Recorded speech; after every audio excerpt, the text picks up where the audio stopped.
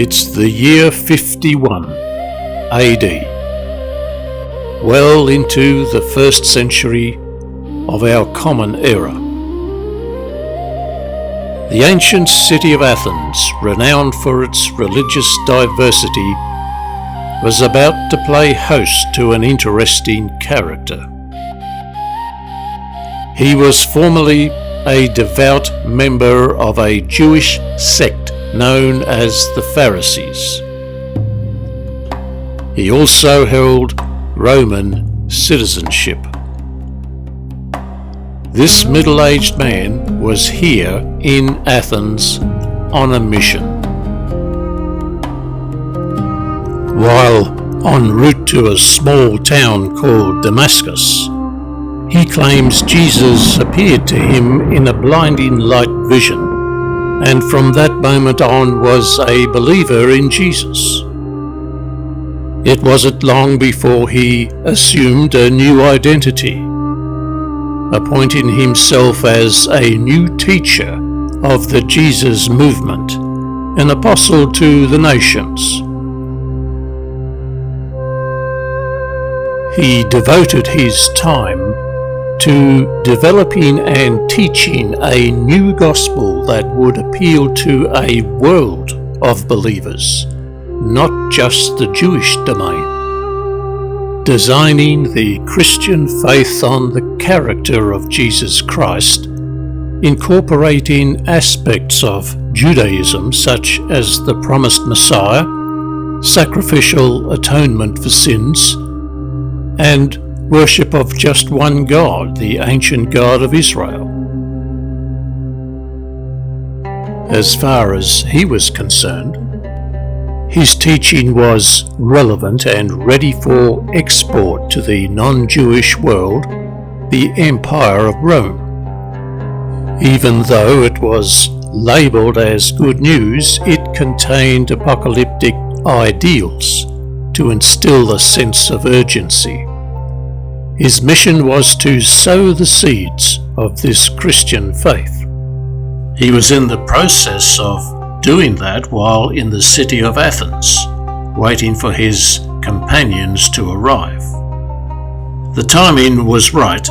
The Roman religious world was struggling to survive and losing its appeal among the masses. Back in Jerusalem, after the death and crucifixion of Jesus Christ, his followers were in total disarray. Their promised Messiah was dead. Unlike the uneducated disciples of Jesus, Paul was literate and educated with connections in the Roman world as a Roman citizen of Jewish descent. Paul's new or revised Jesus theology spread quickly throughout the eastern parts of the empire. It was not without problems, it would seem. His personal letters to the various groups indicate factional differences and dissent. Lots of other Christian writings were penned by rival factions. Paul lost control of what he started. It was no longer a case of Christianity, but rather Christianities, fragmented religious chaos. Even though Paul's variant of Christianity is still with us today and survived, it doesn't enjoy the unity that one would expect.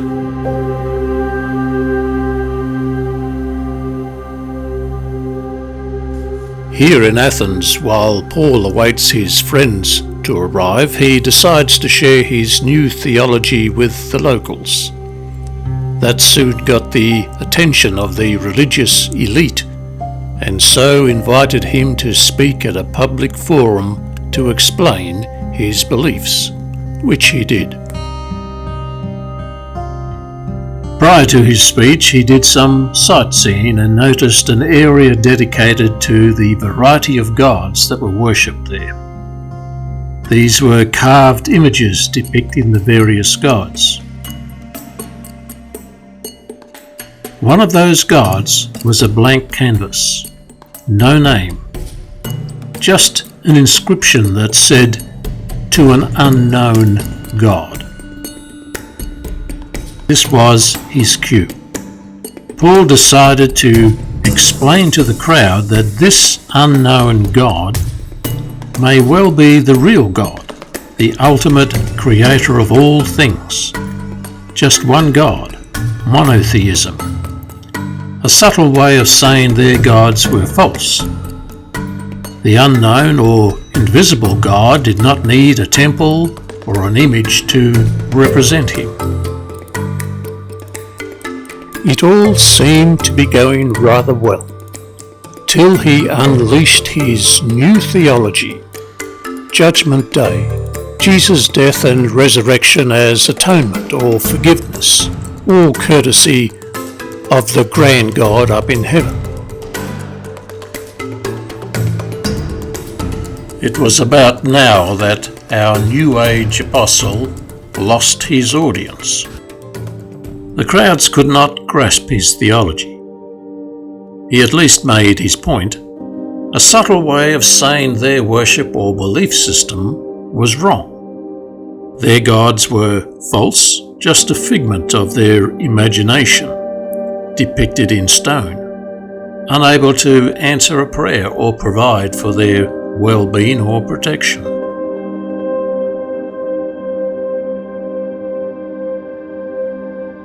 Paul's narrow-minded arrogance was surpassed only by his ignorance of the facts.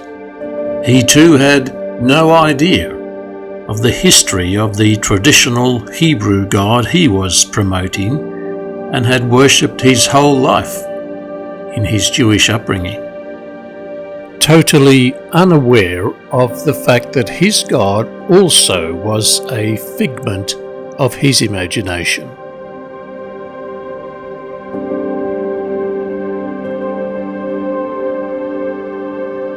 We need to divert away from the apostle for a moment and go back in time to a history unknown to him.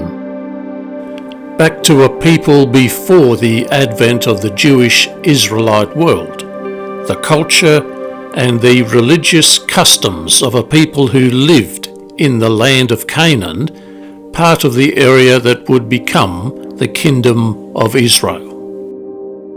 If Paul had have known this history, it may well have altered his beliefs and aspirations, and perhaps even our religious views today.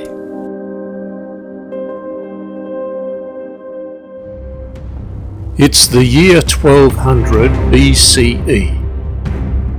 At about that time, an Aegean group known as the Sea People invaded the fertile coastal area of Canaan, which is now in the vicinity of modern-day Israel. In time, they formed a confederation of city-states known as the Philistia. They were well skilled in warfare and attack.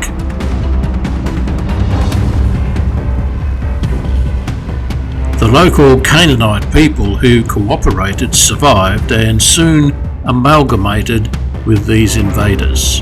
It became a mixed culture. Not everybody agreed to assimilate with the intruders. They considered them as the enemy, and in so doing retreated to the mountainous areas of Canaan. That was their only option.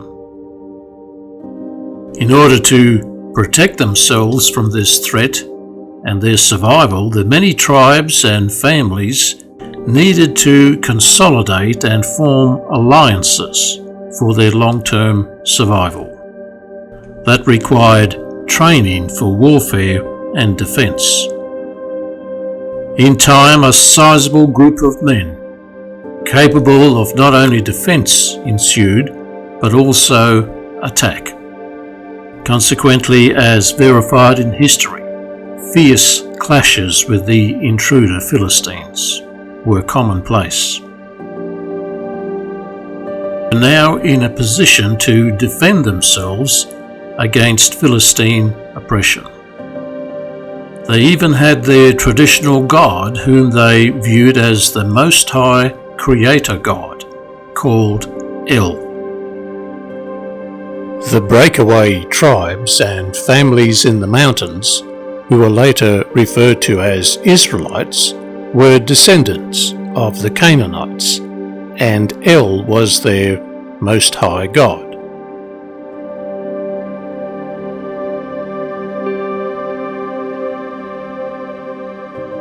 The biblical story of how these people became or were identified under the name of Israel or Israelites is what is generally accepted by mainstream religions today. However, the historical record is more likely to be closer to the truth without religious bias. El was the original Most High God of the tribe eventually called the Israelites. The name Israel simply means one who struggles with God. To understand the God of the Canaanite world, we need to analyze the Canaanite pantheon of gods and their relationship to one another. It consisted of many gods. Each tribe or group would have a god, giving them a sense of security and identity. All strongly influenced by neighboring cultures like the Egyptian, Assyrian, and Babylonian religious practices nearby. In this polytheistic multi-god universe they were in, acknowledgement and acceptance of other gods from other tribes was normal. Their God was just one of many.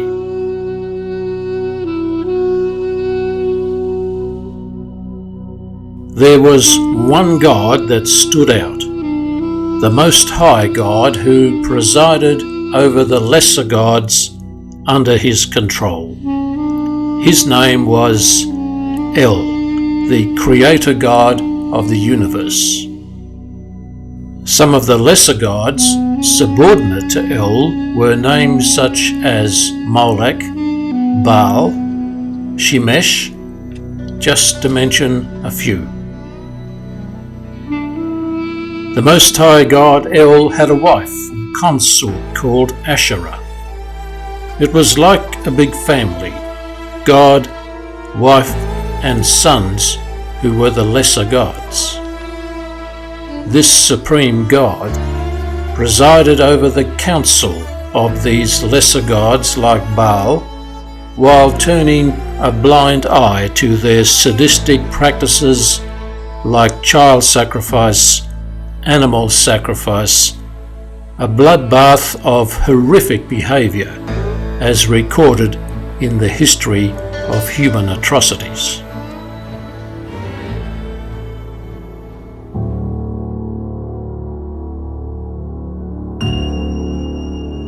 Meanwhile, further south of Canaanite territory was a small tribe with a formidable reputation. Egypt referred to them as the Shazu. They specialized in raiding and plundering other tribes. The area they occupied was well known for frequent storms, severe storms. It wasn't long till in their mind God was associated with storms. God for them was a storm god. The earliest reference to this nomadic group outside of the Bible was commissioned by the then Pharaoh in the 14th century BCE, carved in stone on the temple wall of Soleb. When translated, it says, the land of the nomads, the Shazu of Yahweh. They most likely came from the Midian or Edom area. There were other cultures with a written record of this deity as well. This god was one of the many fabricated gods before antiquity. This nomadic tribe expanded further north into other Canaanite areas, taking their god with them.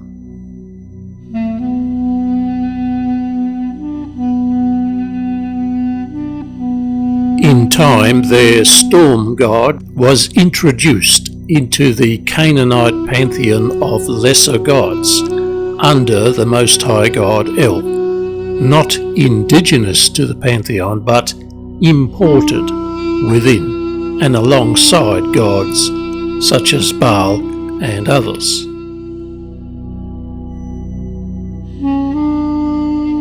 As the decades rolled by, the Canaanites who occupied the high country in opposition to the Philistine population grew in size and were joined by others, including members of the Shazu nomadic tribe with its god Yahweh and other family members as well.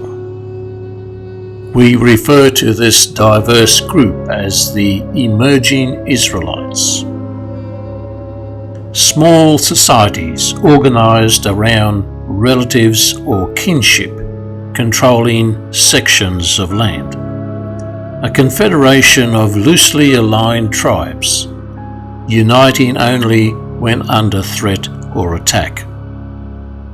Baal worship under the watchful eye of the Most High Supreme God El was their religious identity, including other minor gods such as Yahweh.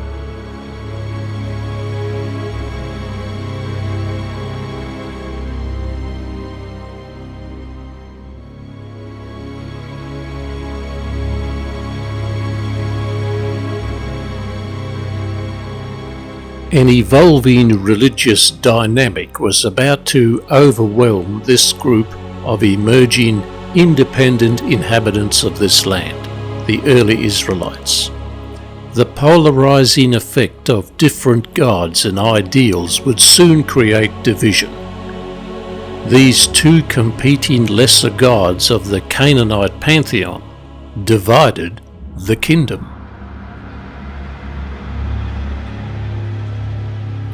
Baal worship to the north, called Israel, and Yahwehism to the south, known as Judah.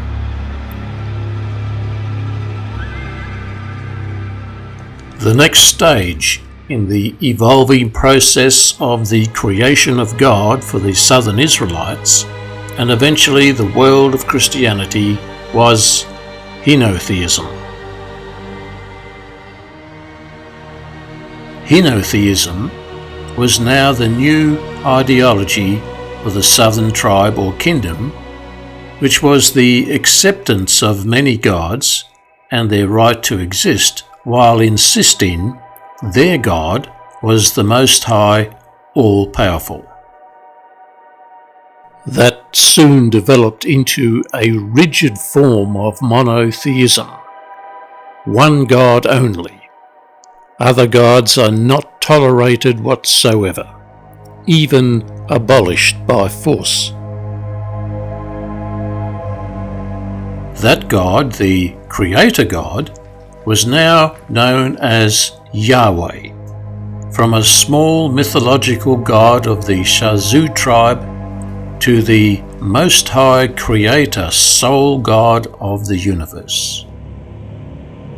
For these former Canaanite people, now emerging as an Israelite nation, the supreme god El was now extinct. Yahweh, who we now refer to as Jehovah, was in charge, and so started a reign of terror, bloodshed and genocide that made the gods of the Canaanite world look like amateurs.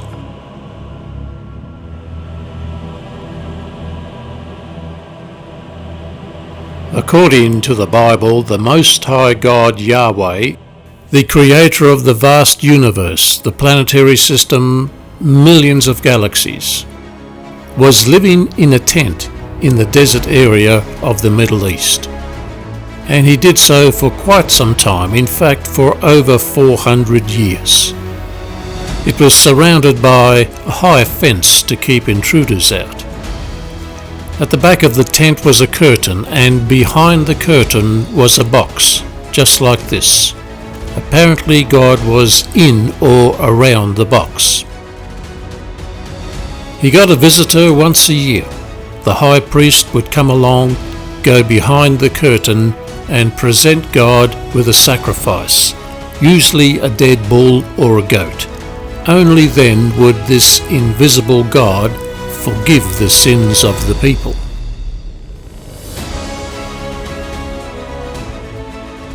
For the followers of Yahweh, the Israelite God, a major transition now emerged. A new set of rules applied. The death penalty for non-compliance. No more images or carvings of other gods were permitted. Yahweh took on a new persona. God was now invisible. The people had to believe and obey. This soon required a series of judges to keep the order, and then a priestly class, followed by a house or a temple for this invisible God to reside in.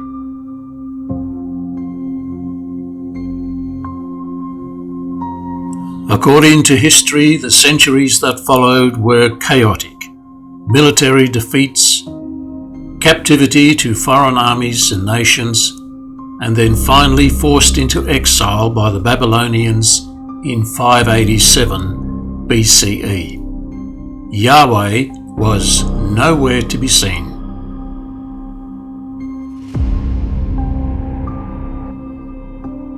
This was a defining point for the people of Yahweh or Jehovah, the biblical God. They were in total disarray and losing their identity. The Jewish scribes and religious leaders scrambled to create a history for this new generation who were now becoming influenced by the Babylonian belief system of the day. We need to ask the obvious question. Was the Old Testament and the events in the Bible that have no historical basis, characters like Noah, Noah's flood, the Exodus out of Egypt, Moses, and the stories about Yahweh. Was this fabricated or compiled at this time to give the Jewish people some sense of identity and hope for the future once again?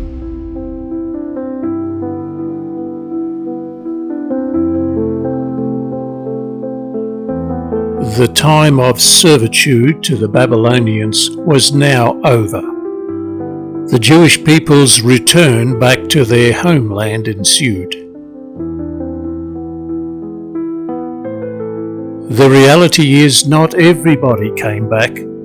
Many chose to remain in Babylon, while others decided a new life in other parts of the known world was a better option.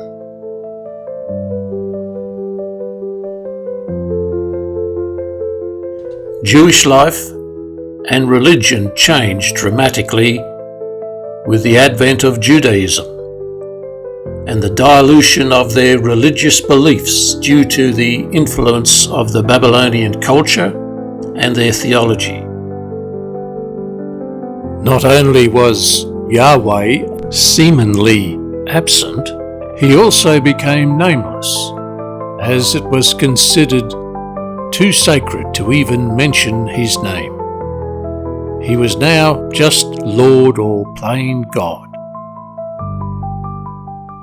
The political and religious turmoil for the repatriated Jews was worse than ever.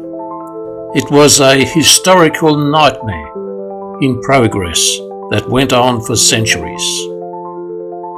Where was God for the Jewish people? A lifeline is what they needed, and so came the prophets and the dreamers with their prophetic visions. Included therein was the promise of a Messiah. It seems God or Yahweh was a failure, and now Judaism, with the promised Messiah, a future human leader, a future descendant of King David, would usher in a messianic age, universal peace, rebuilding a permanent temple, and the restoration of all the Jews to Israel. A future king, or anointed one, giving all nations the universal secret knowledge of God.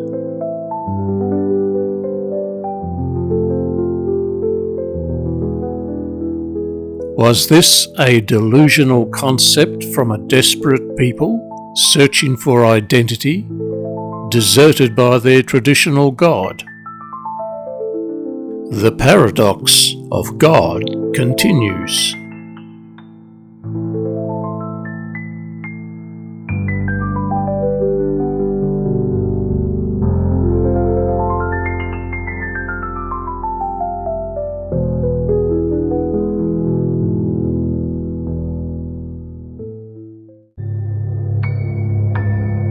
Mankind is now approaching a time period known as the Common Era and the early days of the developing Roman Empire. Just 10 kilometers south of Jerusalem was a small village called Bethlehem. A child is born therein that made the Yahweh or Jehovah story rather complicated, if not bizarre. Just a few years later, another child is born 1,000 kilometers to the north, in a small town called Tarsus. These two children would eventually shape human history and also the evolution of the God theory or process. The Bethlehem child, called Jesus, was supposedly born due to Yahweh or Jehovah impregnating a virgin young girl promised in marriage to another man. We would later be told this adulterous act and pregnancy was necessary to save the world, part of God's plan. Yahweh was now a dad. This was God's son. At a later date, God was going to have this child killed as a human sacrifice before he would forgive the human race for a sin they didn't commit but inherited from someone else. The God story is becoming evil. What sort of God is this? These two children, both unknown to each other, grew up in devout Jewish households. The Bethlehem child is referred to as Jesus. The other child would become the Apostle Paul. In time, Jesus, as an adult, became an activist and attracted a following or group called the Way. His frustration with the religious leaders in Jerusalem was becoming a source of contention, with frequent clashes, even perhaps hostility. This was causing civil unrest and soon got the attention of the Roman authorities. He was eventually sentenced to death on a torture stake at just 33 years of age. That entire event would be interpreted as something else by the Apostle Paul at a later date. At this stage, Paul, although never meeting Jesus in person before his execution, was fully aware of his teachings and vigorously opposed it. As the biblical account renders, Paul eventually converts to the Jesus movement, claiming to have been approached by the deceased Jesus in a blinding light episode. The question needs to be addressed. Was he really a believer, or did he have some personal ambition of notoriety, an opportunist? Whatever the case, he took the Jesus story to the world. The Apostle Paul needed to modify or explain Jesus' death as having purpose or meaning, not just a waste of a young life. He drew on the ancient Israelite practice of frequent animal sacrifices to gain God's forgiveness, and applied it to Jesus' death as a requirement by God before he would forgive all of mankind for their condemned state due to inherited sin. This was more than just atonement, it was forgiveness. A final, one-off, once-for-all-time sacrifice, no other sacrifices needed, no more animal sacrifices, no more circumcision, no more Judaic rituals. This sacrificial Lamb of God in the form of Jesus was good news for the world outside of the Jewish demographic. He then added the resurrection of Jesus Christ to God's right hand in heaven as a sweetener.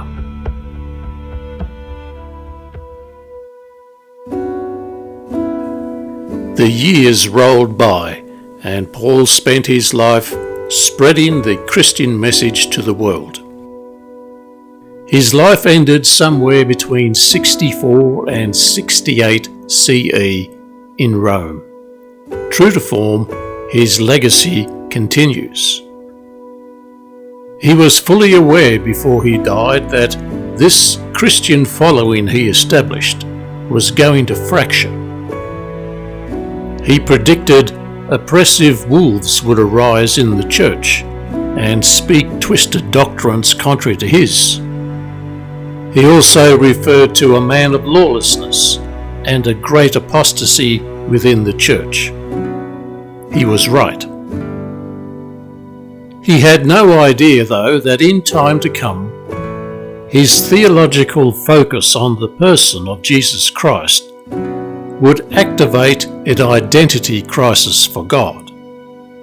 The traditional God Yahweh, the God of ancient Israel, the Most High Creator God, was about to be replaced or evolve into something else.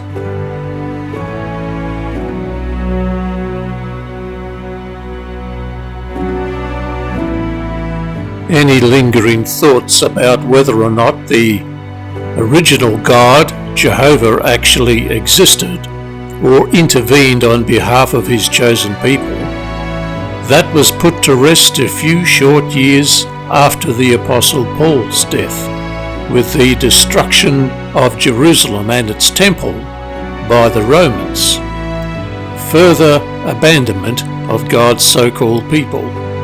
They lost their religious and political center. Once again, Yahweh was absent.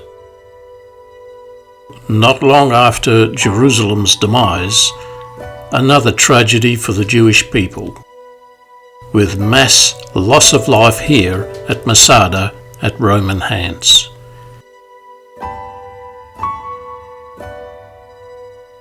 Meanwhile, the Christian seeds the Apostle Paul sowed while he was alive, small groups meeting in private homes, were found right throughout the empire despite pockets of persecution. By the 2nd century CE, Christianity had the attention of the ruling class within the empire, the emperors. At this time, the political dilemma for Rome was simply control, or lack of it. Rome soon realized an opportunity that may be of help in solving this growing problem of controlling the empire.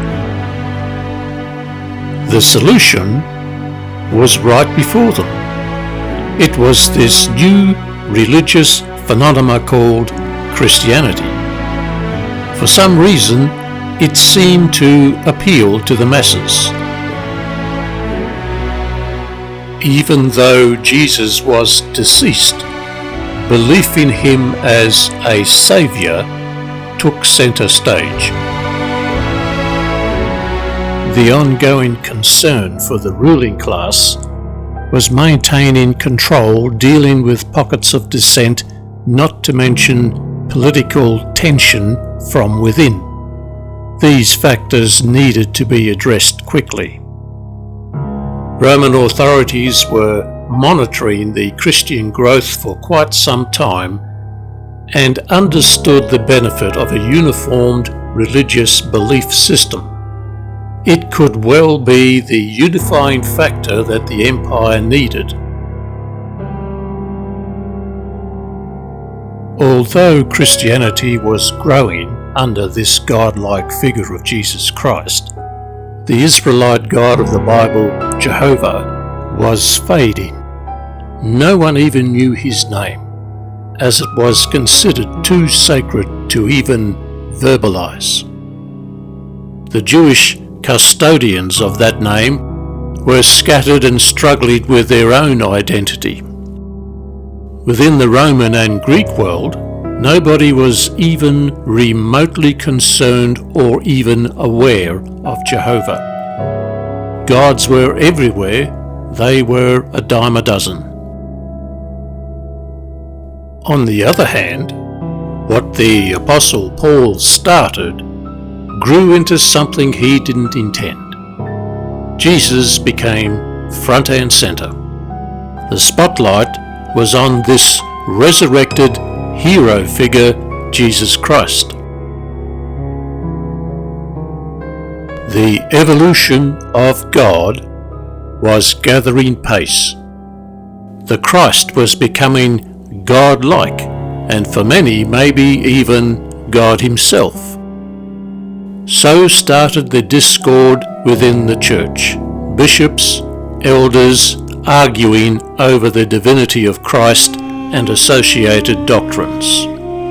This predicament soon got the attention of Rome and the emperor.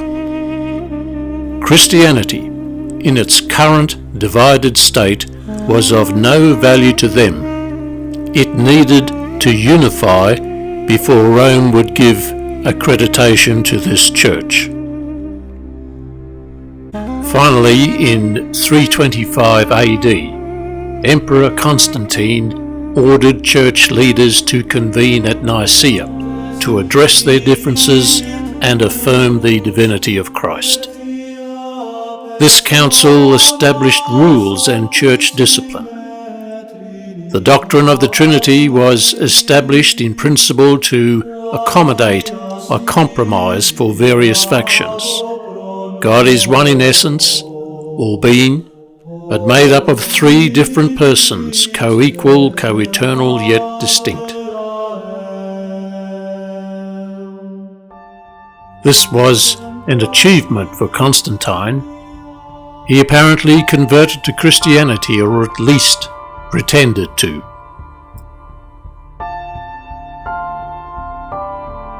Finally, in 381 AD, Nicene Christianity became the official state religion of the Roman Empire.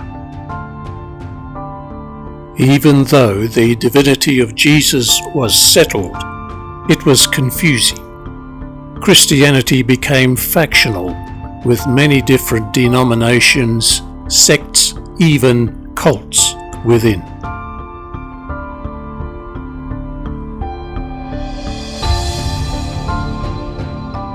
In today's world, for the average citizen, if asked who God is, would most likely say it's Jesus.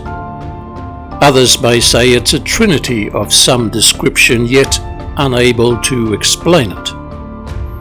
You would be hard-pressed to find someone who even knows who Yahweh is.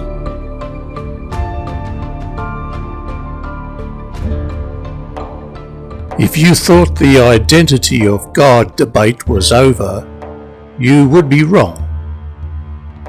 It was in the 1930s a prominent member of a religious order with a background in legal practice known as Judge Rutherford reopened the case on the question of who is God.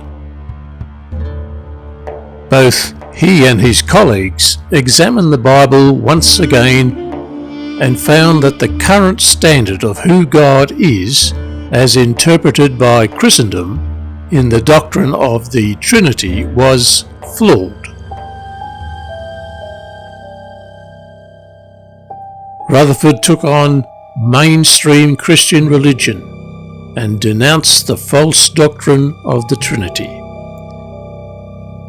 He restored the name Jehovah as the only true God, one God, creator of all things.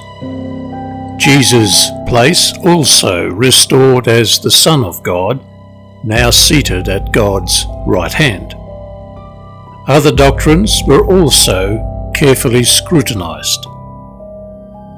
Common celebrations such as Christmas, Halloween, and birthdays were forbidden due to their pagan connections. And therein lies a huge problem for this religious order.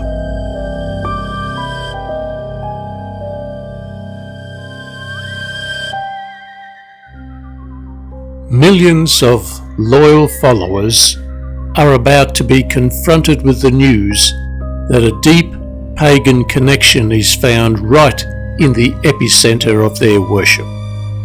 Their very God Jehovah has a pagan origin, according to the historical record.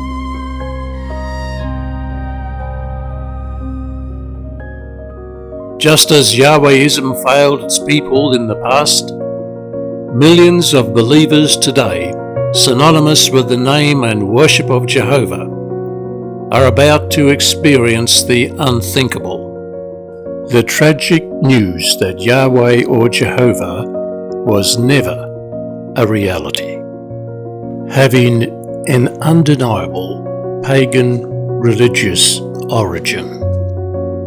So that's the real story and the timeline of the biblical Christian God. From humble beginnings, a storm desert god, from a small nomadic tribe called the Shasu, adopted into the pagan Canaanite pantheon of lesser gods, subordinate to the supreme pagan god called El, the creator god. In time, taking over from El, assuming the title as the Most High Creator God, sharing his newfound fame with other gods, yet believing he was the dominant one. Eventually deciding go solo and eliminating all other gods.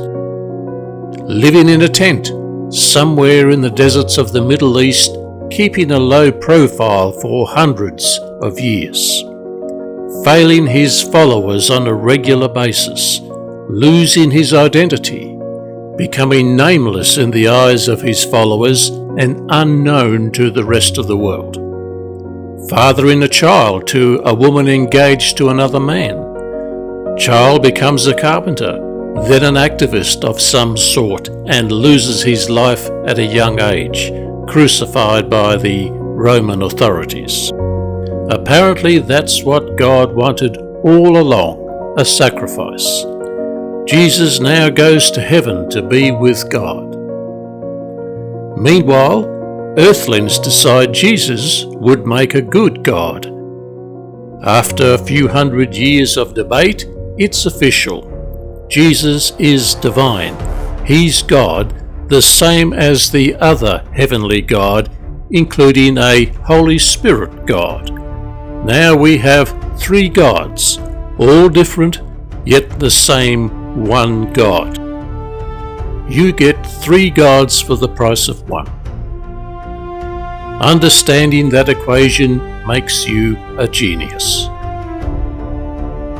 After all that, billions of people today in this modern world do not recognize him at all as God and have their own version of God. A new world of information has and will provide us with a vastly superior view of our world and a deeper understanding of ancient history. Our natural awareness of a higher source of power or intelligence, hijacked for thousands of years by a corrupt religious and political system, is gradually losing its control over the masses. A new generation of forward-thinking people are fully aware of a complex universe that we live in. Perhaps endless galaxies, other dimensions, our consciousness and its continuation, the mystery of time itself, other worlds, the unseen. For some people, that's God. For others, it promotes a sense of awe and respect for a higher source of intelligence, aware of our existence. Perhaps one day reaching out to us. If our consciousness continues after the demise of the physical body, maybe then we will have the answers that have perplexed humanity since the beginning.